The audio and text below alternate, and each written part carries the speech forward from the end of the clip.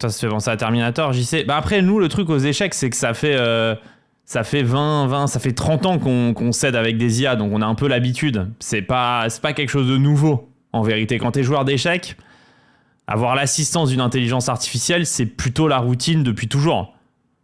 On ouvre Chessbase tous les jours de notre vie, quand on regarde une partie, on met entrée pour avoir les parties dans la base, pour voir ce qui s'est joué. En fait, on utilise des outils informatiques pour nous aider depuis qu'on est gamin. Donc, pour des gens qui jouent aux échecs depuis qu'ils sont enfants, c'est pas surprenant d'utiliser un algorithme pour s'aider. L'IA peut-elle remplacer un coach d'échecs? Pas encore, mais nous, quand on analyse des parties, mais même quand on regarde des lives, même quand on regarde les Title Tuesday ou quoi, en fait, on s'aide toujours de l'IA. En gros, une fois que l'IA est devenue nettement meilleure que l'être humain dans un domaine, ou en tout cas qu'elle a un niveau meilleur que toi, c'est normal de l'interroger.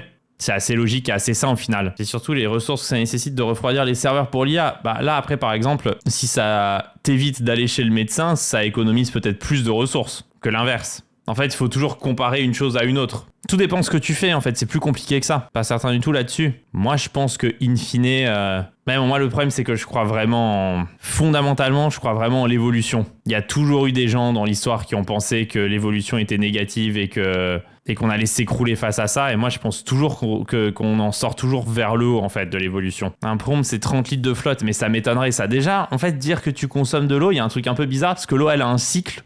L'eau, en fait, elle peut pas disparaître. Donc, déjà, rien que le chiffre de 30 litres que l'IA fait perdre 30 litres de flotte, en fait, elle devient quoi, cette eau, en fait? Parce qu'elle peut pas vraiment disparaître, en fait. C'est l'équivalent. Oui, mais en fait, l'eau, si elle devient vapeur, en fait, elle redevient eau après. Eau potable, il voulait peut-être dire... Je sais pas ce qu'il voulait dire, mais dire qu'on perd de l'eau, déjà, en soi, c'est bizarre. On se pose pas la question avec les recherches Google ou les streams.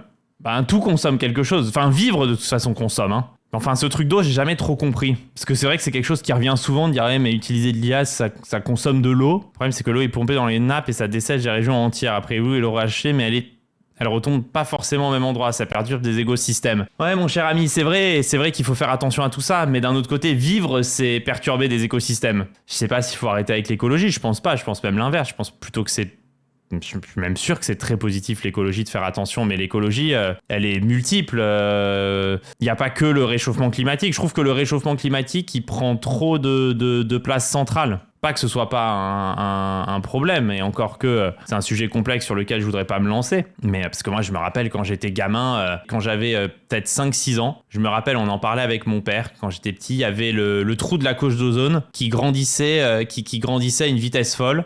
Et là, on devrait être censé avoir tous crevé de ça. Et maintenant, on n'en parle plus du tout. En fait, je sais pas, j'ai l'impression de toute ma vie avoir vécu dans un truc où on était censé, en 2010, en 2015, en 2020, la Terre était plus vivable, etc. Je pense... Enfin, il y a forcément du vrai sur ce truc de réchauffement climatique, forcément, parce que c'est statistique. Mais en soi, ils nous font tellement... Je sais pas si c'est peur, mais c'est tellement exagéré à chaque fois que ça crée l'effet inverse. Enfin, en tout cas, j'ai toujours eu depuis petit, je suis l'impression que ça va être la fin du monde très bientôt et ça l'est pas, quoi. Depuis l'interdiction des CFC, la couche jaune a essayé de rétrécir au pôle. Je sais pas exactement comment c'est passé, mais je me rappelle que c'est un truc qu'on faisait vraiment. T'avais l'impression qu'on était proche de canner tous, quoi. Je dis pas que ça n'a pas été réglé par une chose X ou Y, mais t'avais vraiment l'impression que c'était la fin des temps, quoi.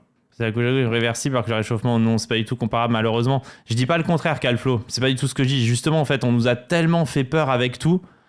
Je me rappelle aussi, gamin, le réchauffement climatique, on nous disait que là, maintenant, en 2026, on était censé plus pouvoir vivre dans plein d'endroits. C'est pas encore le cas. Et le problème, c'est qu'il y a, j'imagine, beaucoup de vrai dans ce qui est dit, mais c'est tellement... à chaque fois apporté de manière où t'as l'impression que dans 20 ans, on est tous morts, que ça fonctionne pas du tout. C'est un peu ça le truc. Du coup, c'est un peu apporté de manière finalement pas constructive. D'un autre côté, si on se coupe un peu les gens, personne ne bouge. Je suis d'accord avec toi, Mehdi. Nous, on était même allés faire à l'époque un événement caritatif pour l'écologie, etc. Et j'étais même déçu que ce soit pas du tout suivi derrière et où la plupart des gens qui ont participé faisaient, enfin pas la plupart, mais certains faisaient un peu nimp et puis que t'as l'impression que tout a été oublié 2 semaines après. Mais en tout cas, la manière dont c'est porté au public et dont c'est expliqué, c'est quasiment anti-pédagogique en fait. Ça crée un effet quasiment de défiance et inverse. C'est qu'ils ont trop forcé aussi à toujours alarmant. Je sais pas s'ils ont trop forcé, je sais pas trop. J'ai du mal à comprendre comment ça fonctionne au final. Pourquoi ça se passe comme ça? Pourquoi ça fonctionne comme ça? Ben, tu vois, t'as un autre sujet, mais on va toucher tous les sujets là, un peu polémiques, mais tu vois, regarde, le nucléaire, t'avais l'impression il y a 15 ans qu'il fallait tout arrêter, que c'était de la merde et que c'était hyper dangereux et que s'il y avait des centrales nucléaires, on allait tout scanner d'une manière X ou Y parce que tout allait nous exploser à la tronche. Aujourd'hui, ils sont là en mode ah bah non, bah en fait, il faut faire des centrales nucléaires. En fait, t'as l'impression que c'est un peu tout pour ça et c'est systématiquement exagéré d'un côté et de l'autre. Et en fait, ça crée un truc, j'ai l'impression, c'est que pour te protéger de ça, t'arrêtes d'écouter. Enfin, c'est ça le point sur lequel je voulais arriver. C'est qu'en fait, j'ai l'impression que par autoprotection, t'as même plus envie d'écouter. Parce que tu peux pas te prendre autant d'anxiété dans la gueule, en fait, qui se vérifie quasiment jamais. Alors peut-être que parfois c'est vrai, hein, je dis pas le contraire, mais je veux dire que tu t'en prends tellement dans la gueule qu'au bout d'un moment ça devient un bruit de fond et puis tu dis bon bah tant pis, allez tous vous faire foutre. J'ai l'impression que ça crée cette réaction en fait. C'est là que je voulais en venir. C'est pas la question de dire est-ce que c'est vrai, pas vrai, est-ce qu'il faut moins consommer, plus consommer, c'est pas vraiment ça. C'est qu'au bout d'un moment, bah, t'es un être humain et puis tu peux pas être exposé à des gens qui parlent, qui racontent n'importe en boucle. Tu dis bon bah vas-y, fermez tous vos gueules, ciao. Entre ceux qui racontent de la merde et ceux qui se servent de l'écologie pour se greenwasher, on n'a pas beaucoup d'infos pertinentes au quotidien. Bah après, ouais, et puis je voulais en venir aussi au fait tout à l'heure, Mehdi, justement, que t'as le réchauffement climatique du coup qui prend tout, mais genre la pollution des eaux par des usines et des industriels globalement, c'est vraiment grave aussi. Et ça, on en parle beaucoup moins, alors que c'est des sujets qui sont très importants.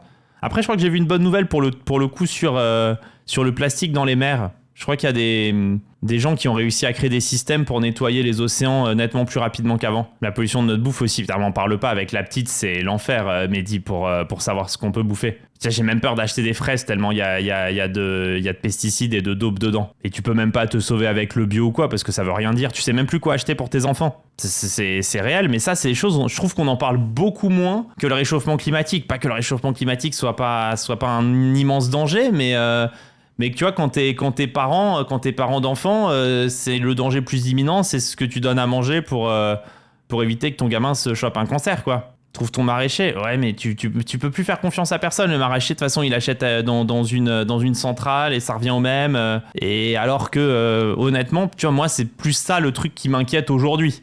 Plus que le réchauffement climatique, tu vois, mais parce que je suis plus touché par ça à titre personnel. Je m'inquiète tellement plus avec l'alimentation que... mais parce que voilà, tu vois, le réchauffement climatique, c'est quelque chose qui est plus loin. Mais l'alimentation, t'as un truc vraiment très, très imminent, très immédiat, qui touche quotidiennement. Go producteur dès que c'est possible. J'ai eu un élève, quand je faisais des cours d'échecs, qui était producteur, qui se reconnaîtra peut-être s'il écoute, et qui me disait, mais des fois, t'achètes à des petits producteurs et tout, c'est encore plus pourri que chez les industriels. Il me disait, tu peux tellement faire confiance à personne dans ce milieu-là. À Cannes, tu fais les marchés, ouais, mais je sais pas quoi acheter. Enfin, je sais pas à qui faire confiance, en fait. Ouais, les marchés, c'est pas tout rose, bien sûr que non, hein. T'as plus peur de la pauvreté nutritive des aliments d'aujourd'hui ou les polluants dedans. J'ai plus peur des polluants. Mais je trouve qu'on en parle. Ouais, moi, je trouve qu'on en parle pas assez de ce truc-là. L'alimentation, moi, ça me rend fou, ça. On est tout le temps en train de nous parler de réchauffement climatique. Enfin, beaucoup. Et comme je disais, peut-être à raison. Mais en ce qui concerne ce qu'on bouffe, j'ai l'impression que c'est très, très difficile d'obtenir des résultats. Je trouve qu'on en parle beaucoup quand même. Enfin, on en parle beaucoup. Résultat, tu sais pas quoi acheter. Là, j'ai vu qu'il y avait des fraises qui avaient été enlevées de la consommation parce qu'il y avait trop de pesticides dedans et que ça dépassait les normes sanitaires ou je sais plus quoi. Enfin, je veux dire, au bout d'un moment, faut faire soi-même. Maintenant, la vérité, c'est que c'est ce qu'il faudrait, hein, c'est cultiver son petit lopin de terre. Idéalement, les fraises poussent avant les serres. Ouais, mais le truc, c'est que t'es aussi dans un monde où tu dois nourrir beaucoup plus de gens, donc forcément, obligatoirement, tu vas avoir de l'agroalimentaire massif, je sais plus comment ça s'appelle, mais c'est aussi obligatoire parce que sinon tu pourrais pas nourrir tout le monde, donc c'est un sujet vraiment très complexe, hein. Intensif, ouais, c'est ça. Donc partant de là, c'est aussi une autre phase du problème qui fait que j'imagine que si tu faisais tout sans pesticides et sans rien, ben il y aurait les 80% de la planète qui crèverait de faim, quoi. Donc c'est pas possible non plus. Donc c'est un sujet éminemment compliqué, hein. Je pense que c'est pour ça qu'il n'y a pas de solution simple et directe au problème. Et j'imagine que c'est pour ça qu'ils interdisent pas les pesticides, etc., hein. J'imagine que si c'était fait, il y aurait par ricochet d'autres soucis. Tu penses que c'est juste pour la thune? Je suis pas sûr, hein. Vérité, je suis pas sûr. Puis, je sais pas, les intelligences artificielles, en vrai, ça peut changer beaucoup de choses en positif aussi. Ça peut améliorer la vie de beaucoup de monde. Enfin, et de nous y compris d'ailleurs. notamment en médecine, ça va, à mon avis, permettre des progrès hyper rapides dans différents domaines.